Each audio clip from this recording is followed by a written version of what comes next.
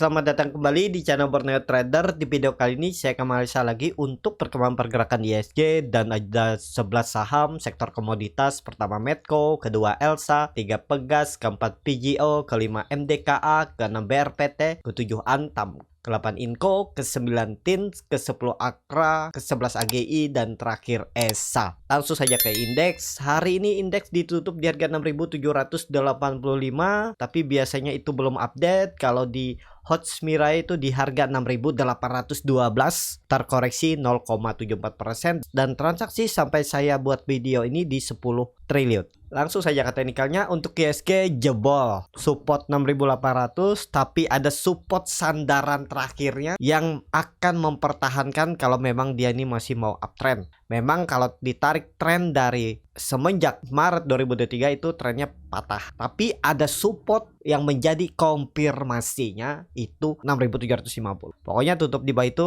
indikasinya lemah lah. Besok itu mungkin ada satu candle lagi koreksi. Tinggal lihat nanti malam ada pengumuman suku bunga dari Amerika. Kalau bagus sentimennya, besok bisa open gap up atau koreksi dulu dan ditarik naik. Ada potensi bisa hijau ya kalau nanti malam pengumuman suku bunganya sesuai dengan apa yang diinginkan, diharapkan oleh para investor di Amerika sana. Jadi seperti itu. Untuk ISG tunggu nanti malam. Kalau ditarik dari semenjak 24 Maret ini memang masih uptrend ya. Yaitu konfirmasinya ini area 6750. Jangan jebol. Besok kemungkinan sih ada teknik rebound. Mestinya loh ya. Jadi seperti itu.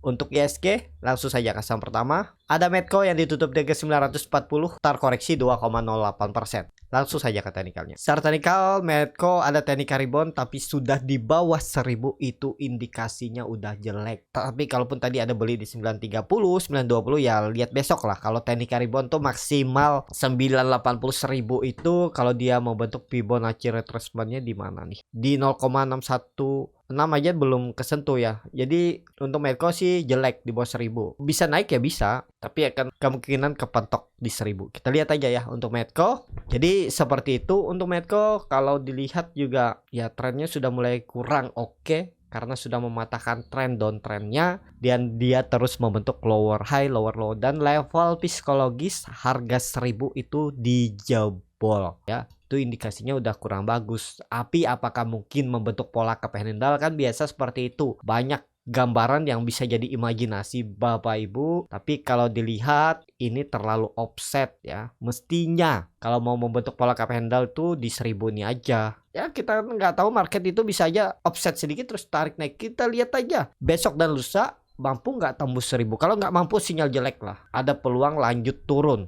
Karena Medco ini sudah mematahkan tren uptrendnya dan dia juga terus membentuk lower high lower low, dan kondisi seperti ini juga dia di dalam downtrend channelnya. Kelihatannya paling 1000-1020 tuh turun lagi. Ada peluang ya. Targetnya ya bisa ke 850 ini lagi untuk Medco ya. Teknik rebound biasa, tapi trennya Medco itu masih downtrend. Peluang besar kecuali 1-2 hari ke depan atau minggu depan dia bergerak di atas 1000. Pokoknya di bawah 1000 tuh jelek lah untuk Medco ya. Menurut saya seperti itu. Untuk Medco langsung saja ke saham selanjutnya. Ada Elsa yang ditutup di harga 322, terkoreksi 0,61%. Kalau dia transaksi asing nggak ada jual beli. Langsung saja ke teknikalnya. Untuk Elsa juga sebenarnya masih oke ya. Dia ada perlawanan di area 320 nih. Sebelumnya dia tuh sempat open gap, ditarik naik sampai 338, habis itu dibuang ya. Tapi selama di atas 320 untuk tren jangka pendek Elsa itu masih oke. Jadi untuk Elsa besok kalau kelihatannya nih oke ya. Sebelumnya volumenya besar kena buang, habis itu hari ini ada buying power dari bawah, berarti cukup bagus. Mestinya sih ada indikasi bagus besok ISG ya. Semoga aja tiba-tiba open gap up, kita nggak tahu besok pagi ya, bisa rame nih.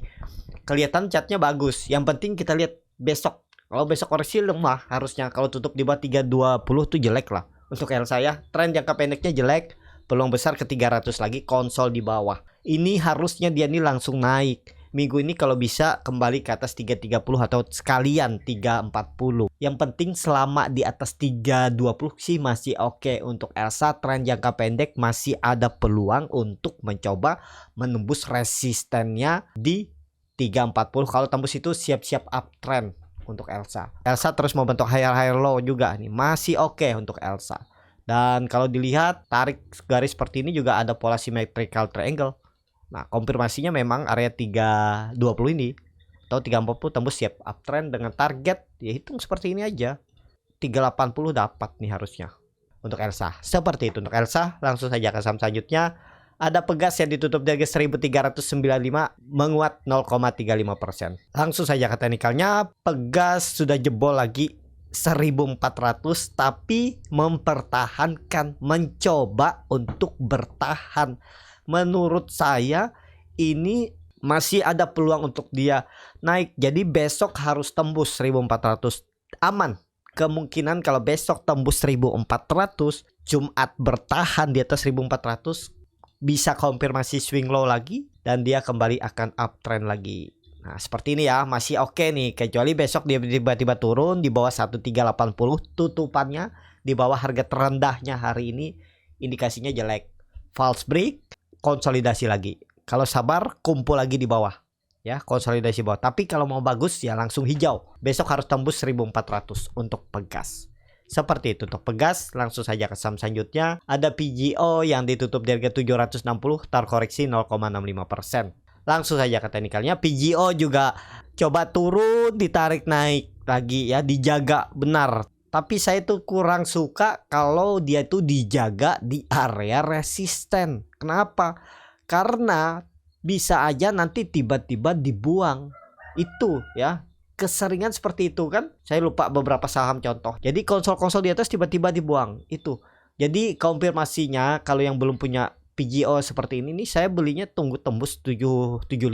Tapi untuk PGO ya saya masih punya beli dari harga bawah untuk PGO. Jadi seperti itu, lebih baik wait and see dulu. Kalau nekat harga sekarang ya kemungkinan juga PGO ini konsolidasi. Kalaupun dibuang 1-2 hari ke depan, 700 harusnya dijaga oleh PGO. Support kuatnya. Kalau enggak pola dead cat bond jelek kalau sampai jebol 700. Jadi area base entry-nya tuh memang di bawah. Tapi apakah mungkin dikasih dengan kondisi seperti itu kan?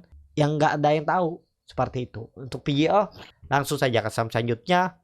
Ada MDKA yang ditutup di harga 3.890 menguat 0,77%. Langsung saja ke teknikalnya. Untuk MDKA ya ini ada peluang untuk naik karena kelihatannya volume mulai meningkat dan mulai ada perlawanan dan gap sudah ditutup. Dengan kondisi seperti ini peluang besar besok bisa ya, kalau candlenya sih kurang oke. Tapi kita lihat momentumnya nanti malam. Bagaimana pengumuman dari suku bunga di Amerika ya. Kalau oke sih bisa balik arah lagi ya. Pokoknya MDKA tuh base entry-nya di area 3.800-an ini. Ini area base entry. Itu harus dijaga oleh MDKA ya. Kalau jebol itu sih lanjut turun lebih dalam. Risknya kecil sebenarnya beli MDKA nih. Paling 4%. Tutup di bawah itu tinggalin untuk MDKA. Seperti itu untuk MDKA harus dijaga. Langsung saja ke saham selanjutnya. Ada BRPT yang ditutup di harga 820, terkoreksi 1,2%. Langsung saja ke teknikalnya. BRPT masih bagus juga. Pokoknya kalau besok dikasih koreksi lagi, makan aja di 800. Harus dijaga. Ini dia juga lagi berjuang untuk pembentukan double bottomnya. Dan ya masih sama, konfirmasinya 840 tembus 1-2 hari ke depan, itu bagus tuh. BRPT bisa lanjut minggu depan. Ya minimal nutup gapnya ini sangat mungkin di 870, 880. Berarti ada potensi upsetnya sekitar 40 poin tuh lumayan kan. Sekitar 4,5%-an. Dari harga sekarang ya lebih tinggi. Kalau nekat beli harga sekarang atau beli buy on break setelah dia menembus 450-nya, 840-nya. Kalau beli harga sekarang, kalau mau pakai stop loss ya di bawah 800. Nanggung juga kan, sekalian di bawahnya. Ini kalau mau swing panjang ya, targetnya kemana swing panjang? 950, 1000. Itu aja. Dengan strategi ya harus dicicil. Cicil dulu. Kalau nekat lamsam ya cut loss-nya lebih dalam. Itu aja. Karena memang resikonya sudah tinggi. Kalau untuk swing yang lebih panjang, harusnya swing panjang tuh ya belinya di dekat-dekat support ini. Di area 760, 780. Area ini belinya. Jadi risk reward seperti ini. Swing panjang. Nah seperti itu. Cut loss-nya sekitar 6%, 5% ya. Ideal kan 1/4. Nah itu kalau mau swing panjang, risk reward lebih dari 1/2. Kalau swing pendek ya main tektok-tektok aja. Seperti ini risk reward 1/1 udah jualan kan bisa. Nanti ambil lagi. Seperti itu ya. Tapi tergantung masing-masing ya. Strategi itu banyak di pasar modal nih. Nggak ada yang satu strategi yang cocok untuk semua orang ya. Tergantung profil resikonya. Jadi seperti itu. Untuk BRPT langsung saja ke saham selanjutnya. Ada Antam yang ditutup di harga 2120 menguat 2,91%. Langsung saja ke teknikalnya. Untuk Antam open gap up dan ya dia dari 2030 tuh mantul ya wajar. Karena itu area konsolidasinya lah. Seperti Antam ini contohnya ya. Konsol-konsol di atas tiba-tiba dibuang, naik sedikit buang lagi ke bawah. Seperti PJO juga bisa seperti itu kan.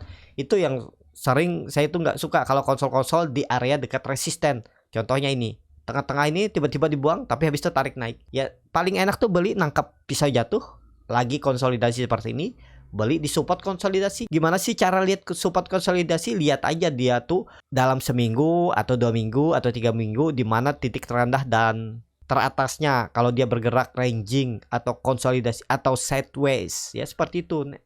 Ya itulah kenapa trading itu kan lihat momentum, tunggu di support. Nggak tiap hari bisa beli. Ya kayak Antam nih, nggak tiap hari kan bisa dibeli, ditunggu. Mungkin 2 minggu sekali baru bisa beli dekat support. Pas dia ke support naik jual. Seperti itu. Ini kan seminggu lebih.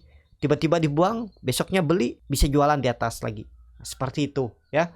Nah, untuk Antam kondisi seperti ini open gap up dan candle hammer terbalik. Kalau momentumnya besok bagus tuh bisa rebound lagi ya. Antam kalau kondisi seperti ini ya memang harga tanggung ya. Ya tergantung lah masing-masing seperti apa strateginya. Seperti itu untuk Antam. Antam tinggal nunggu tembus 2150-nya 2160. Targetnya masih sama. Resisten konsolidasinya semenjak Agustus 2022 itu di sekitaran 2300-2400. Ini area resisten yang cukup kuat.